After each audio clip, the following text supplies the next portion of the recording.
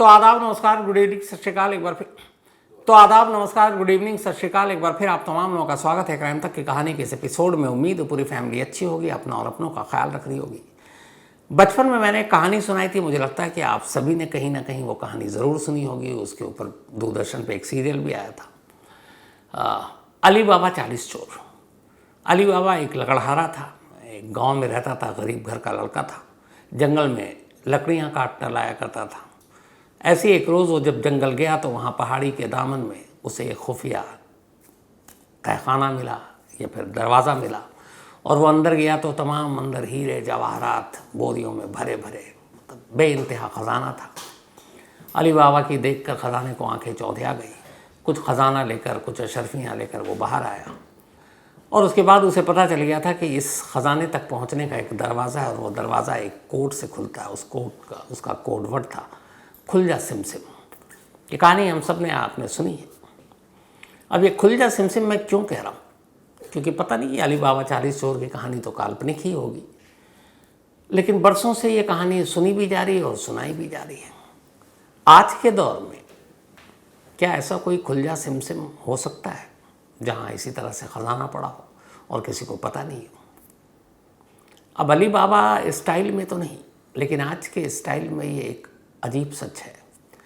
Israeli defence force यानी IDF ने कल एक वीडियो और कुछ ग्राफिक्स जारी किए, और आईडीएफ के जो स्पोक्स पर्सन है, प्रवक्ता, उन्होंने एक बयान जारी किया।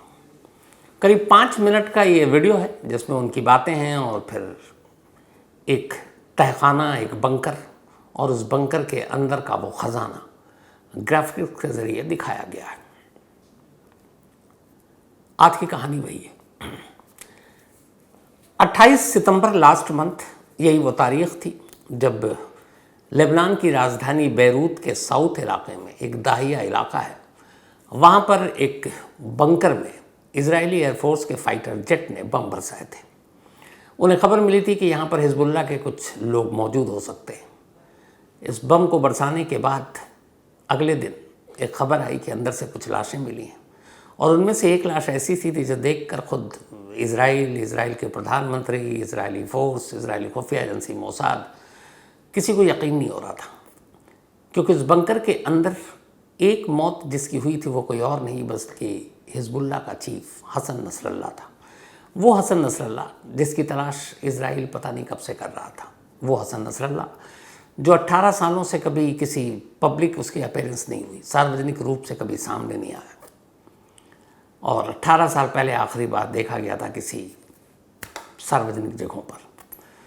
वो हसन नसरल्लाह जो कभी एक रात किसी जगह पर रुकता तो अगली रात नहीं रुकता, हर रात वो अपना ठिकाना बदलता रहता, और इसी वजह से कभी भी मोसाद या Israeli defence force Hassan Nasrallah का ठिकाना पता नहीं कर पाए थे।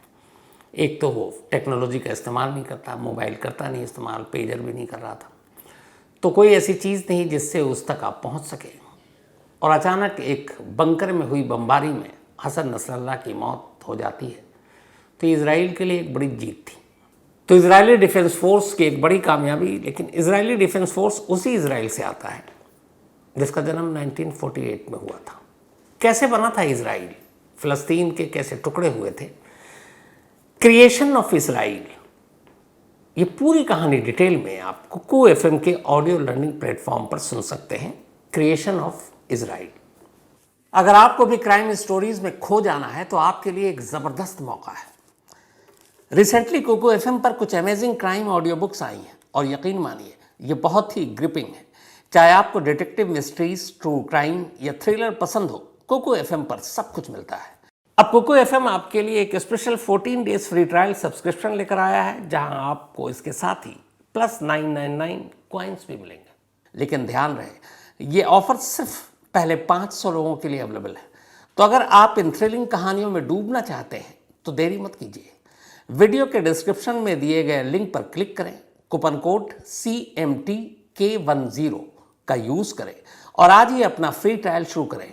आपको 999 फ्री कॉइन्स मिलेंगे। अगर आप बिना मेरे कूपन कोड के अप्लाई करेंगे तो आपको सिर्फ 7 डेज का फ्री ट्रायल मिलेगा। सोचिए, आप 14 दिन जितनी चाहें उतनी क्राइम ऑडियो बुक सुन सकते हैं, वो भी बिल्कुल फ्री। या आपके कम्यूट, वर्कआउट या फिर एक शांत शाम को और भी एक्साइटिंग बनाने का परफेक्ट तरीका है। लेकिन याद रहे, वक्त तेज़ी से निकल रहा है और एक बार जब ये फ्री ट्रायल स्लॉट्स ख़त्म हो जाएंगे तो फिर ये मौका हाथ से निकल जाएगा। तो इस औसम मौके को मिस न करें। अभी अपना फ्री ट्रायल लें और क्राइम की बेस्ट स्टोरीज सुनना शुरू करें। After 14 days the subscription plan will be activated. 28 सितंबर को मौत हुई, उसके बाद अब आज हम 22 अक्टूबर है, तो लगभग 3 हफ्ते तो बीत चुके हैं। 3 हफ्ते के बाद अचानक अब इजरायली डिफेंस फोर्स ने एक वीडियो जारी किया और ये वीडियो देखकर दुनिया दंग है। उसकी वजह ये है कि इस वीडियो में वही खुल जा सिमसिम वाला एक खजाना है।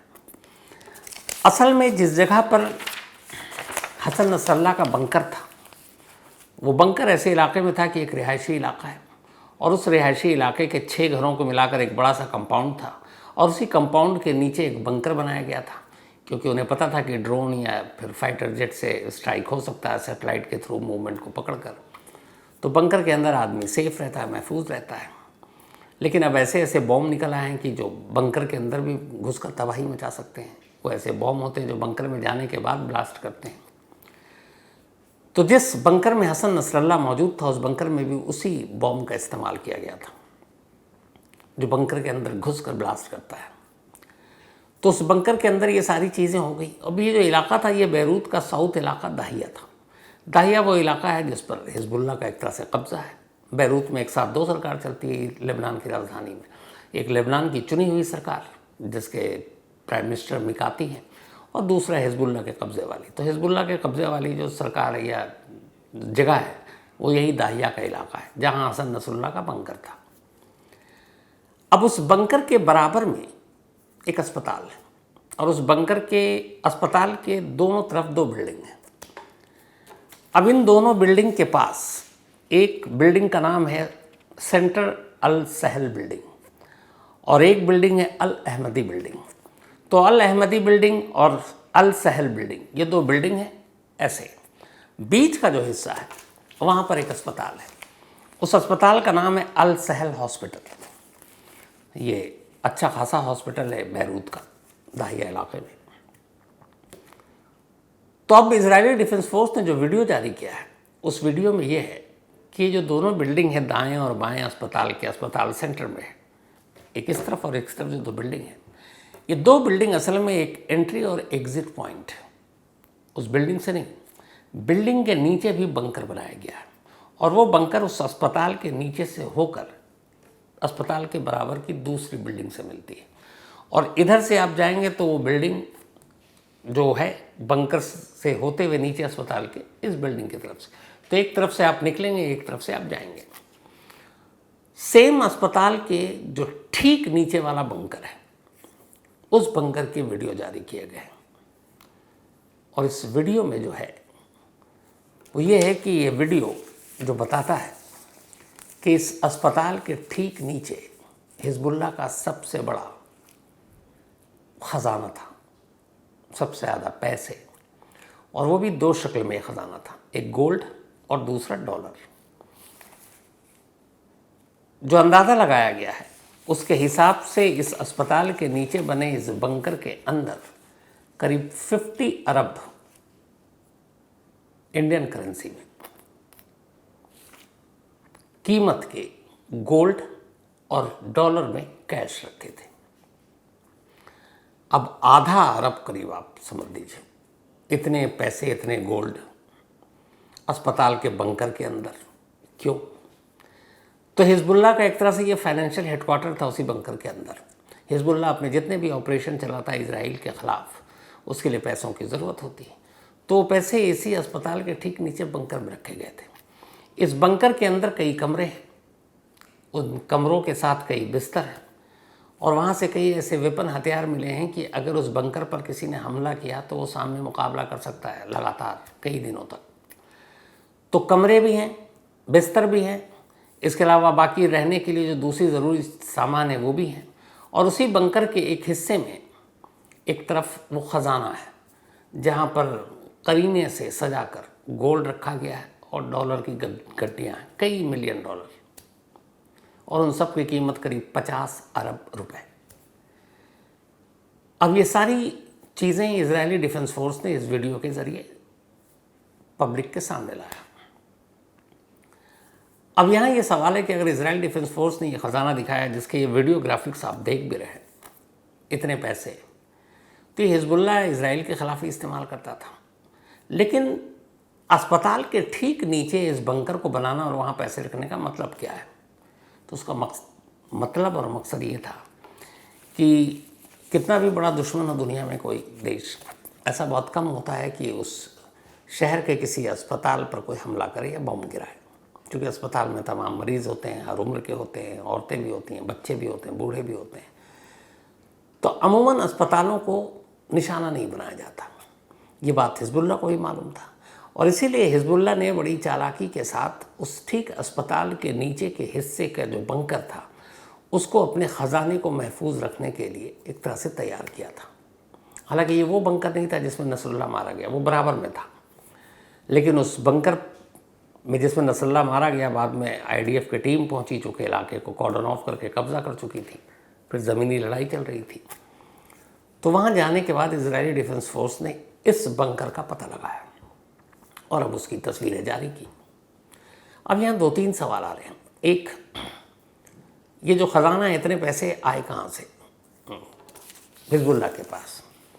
तो इजरायली डिफेंस फोर्स के हिसाब से 2 सोर्सेज हैं हिजबुल्लाह के पैसे कमाने के। एक है ईरान और दूसरा है खुद लेबनान के अंदर जो लोग सरकारी नौकरी करते हैं, काम करते हैं, और या फिर वहाँ के कुछ NGOs हैं जो पैसे लेते हैं लोगों से एक कुछ % और उसको देते हैं हिजबुल्लाह के ताकि वो इजराइल के साथ लड़ाई लड़ सके। तो एक तो सोर्स लेबनान के अंदर से ही है और हिजबुल्लाह के अपने कब्जे वाले इलाके हैं।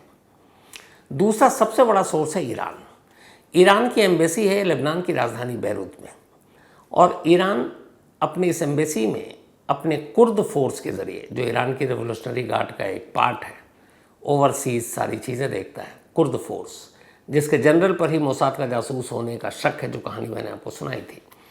तो अपने कुर्द फोर्स के ज़रिए ईरानी प्लेन में बैग में भर भर कर गोल्ड और डॉलर ईरान से लेबनान पहुंचाया गया बैरूत, और वो एम्बेसी के थ्रू फिर हिजबुल्लाह के चीफ, हिजबुल्लाह के कमांडर तक पहुंचाए जाते थे ताकि वो इजराइल के ख़िलाफ़ अपनी जंग को आगे बढ़ा सके। तो 2 सोर्स थे, एक तो यही जो वहाँ के लोकल अंदर के, और दूसरा जो था ईरान इनको पैसे देता था। जो अंदर थे इनके, उनका एक संगठन का नाम है अल कादिल हसन एसोसिएशन। ये लेबनानी लोगों का एसोसिएशन है जो चंदा इकट्ठा करके ये सारी चीज़ें हिजबुल्लाह को देते हैं, और दूसरा ईरान अपने एम्बेसी दूतावास के थ्रू हिजबुल्लाह को देता है।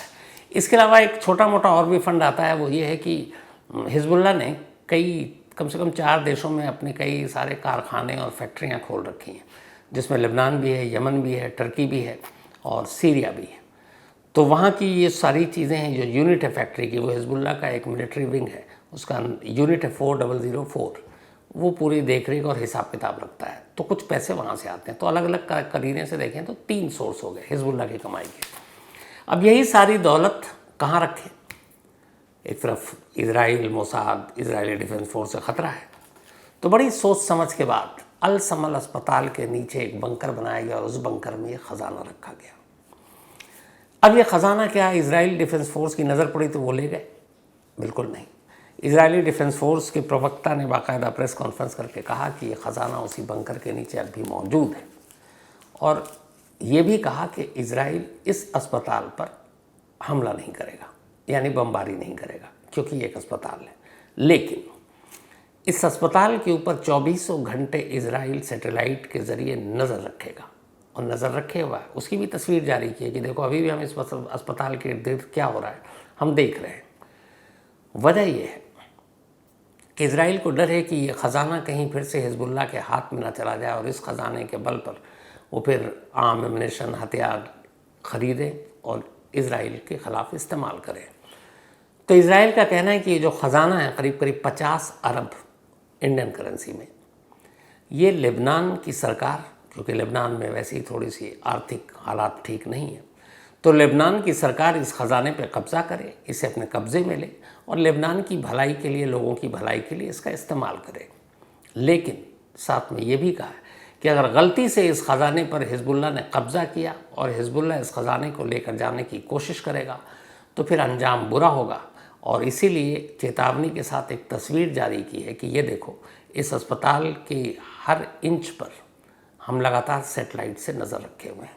तो अगर कोई भी हलचल होगी अस्पताल के इर्द गिर्द, क्योंकि ये ख़जाना कोई छोटा मोटा है नहीं कि आप एक बैग में आए और लेकर चले गए, इसके लिए आपको बाकायदा ट्रक की ज़रूरत पड़ेगी, क्योंकि 50 अरब के गोल्ड हैं, कैश ही कैश है। तो ये कि कोई और ले नहीं जा सकता और हमारी नज़र है। अब सेटेलाइट के ज़रिए उस अल सहल अस्पताल पर लगातार इजराइल ने नज़र बनाई हुई है। अब इस धमकी के बावजूद और ये कि लेबनान सरकार इसका इस्तेमाल करे, इजराइल ने कहा हम नहीं ले जाएंगे। इजराइल ने छोड़ रखा है। तो क्या लेबनान सरकार इस ख़जाने का इस्तेमाल कर पाएगी? क्योंकि धमकी इजराइल ने दे रखी है कि और कोई करेगा तो छोड़ेंगे नहीं। तो उम्मीद कम है कि लेबनान सरकार इस 50 अरब रुपए के ख़जाने को, जिसका खुलजा सिमसिम हो चुका है अस्पताल के नीचे, इस्तेमाल कर पाएगी। उसकी वजह क्या है? उसकी वजह यह है कि लेबनान की राजधानी बेरूत और बेरूत के एक इलाके पर हिजबुल्लाह का कब्ज़ा। लेबनान की राजधानी में एक साथ दो समानांतर सरकार चल रही है। एक लेबनान की चुनी हुई सरकार की, जिसके प्राइम मिनिस्टर हैं मिस्टर मिकाती, और दूसरी तरफ है एक हिजबुल्लाह, जिनके नसरल्लाह चीफ, अब आगे कौन होगा पता नहीं, क्योंकि नसरल्लाह की मौत हो गई।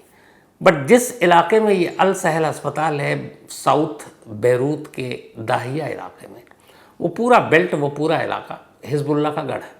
वहाँ हिजबुल्लाह के ही ज़्यादातर समर्थक हैं, लड़ाके हैं, वही हैं।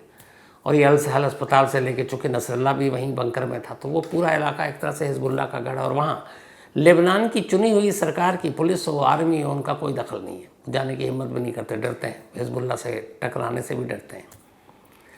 तो अब लेबनान की सरकार अल सहल अस्पताल के उस बंकर में जाए और वहाँ से ये सारा ख़जाना निकाल कर लाए और लेबनान की भलाई के लिए इस्तेमाल करे, इसकी गुंजाइश कब नज़र आ रही है?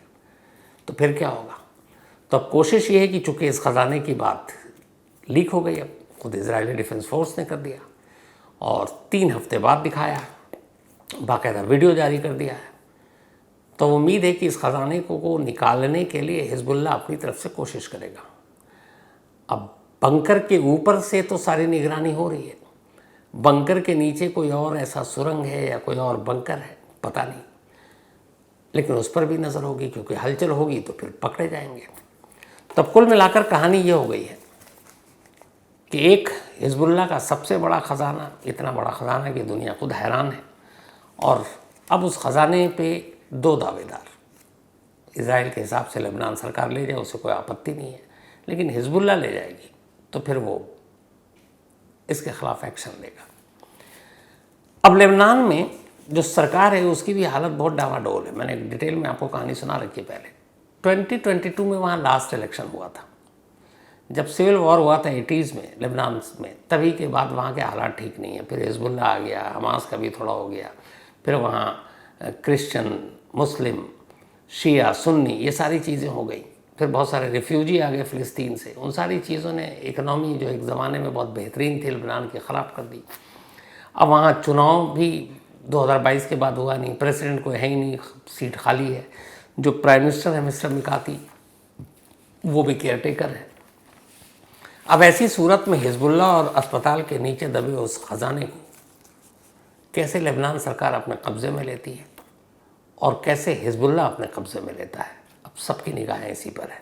और चूँकि इस ख़जाने का एक बहुत बड़ा हिस्सा ईरान की देन है, ईरान ने ही दिए है, तो ईरान भी खामोशी से बैठेगा नहीं, उसकी भी नज़र इस ख़जाने पे होगी, क्योंकि इस ख़जाने के ज़रिए वो हमास और हिजबुल्लाह जैसे संगठन को आर्थिक मदद देता है और उसी के ज़रिए हथियार और बाकी चीज़ें खरीदी जाती हैं। तो ईरान भी है।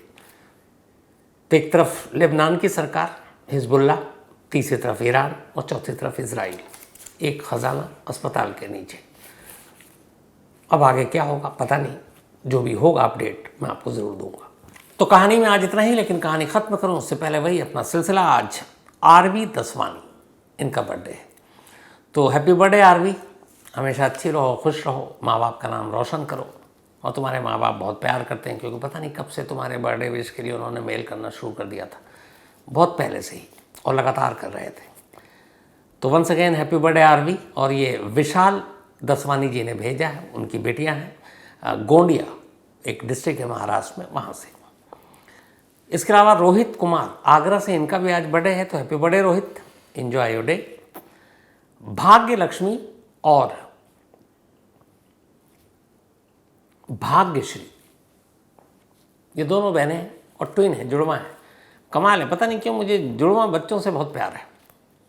कभी मैं चाहता था मुझे भी ट्विन, हुआ नहीं, पर ठीक है। भाग्य लक्ष्मी और भाग्यश्री दोनों को हैप्पी बर्थडे। आप दोनों हमेशा अच्छी रहो, खुश रहो, और जुड़वा हो तो प्यार भी ज़्यादा ही होगा तुम दोनों में।